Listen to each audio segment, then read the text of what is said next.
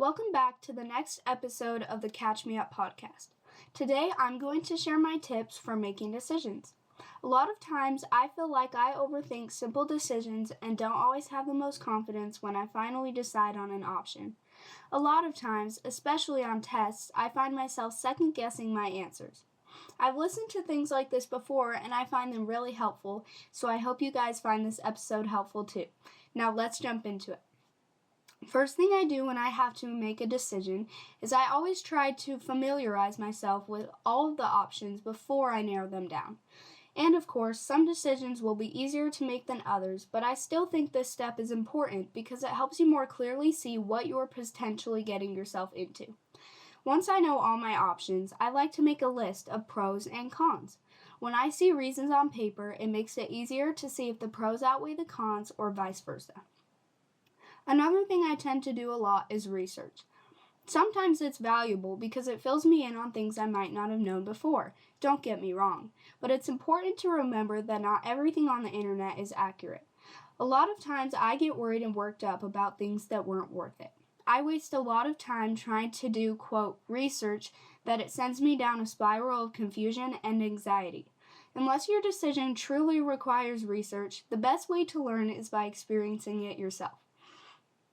I also have this app on my phone. It's a spin the wheel type thing.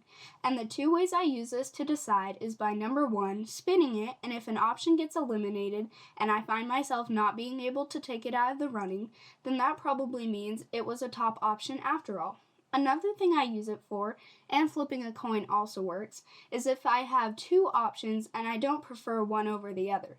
Then I'll take that route and leave it to chance because I know I'll be happy with it either way.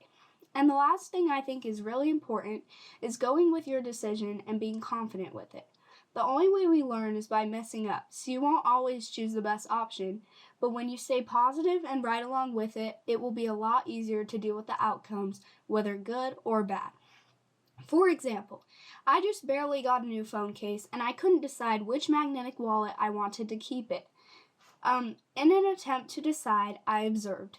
I noticed that one card holder felt more slippery than the other and recognized that that could be a con because it could lead to me dropping my phone. I also noticed that the other option was very bright and glittery, so it could clash with my phone case if I wasn't going for the bold look. After I couldn't decide myself, I asked some other people for advice. They were able to help confirm some of my thoughts. I also tried eliminating an option, but always came back to it, and that's how I came to my decision, by trusting my instinct. I decided to go for the bold look, and if I didn't like it, I could get a new card holder when I needed one. Recently, I also had to decide if I wanted to go to an event. It cost a lot of money, and I didn't want to spend that much money on something I might regret. It took a lot of thinking, but I went for it. I had so much fun, and it was one of the best experiences ever, and I do not regret my decision at all. Another thing to keep in mind is going with your instinct. I know that when people tell me this, I get a little bit annoyed because sometimes I don't know what my instinct is trying to tell me. But when you approach decision making by paying careful attention to which option jumps out at you at first glance, then you won't have to second guess yourself because chances are you're probably right.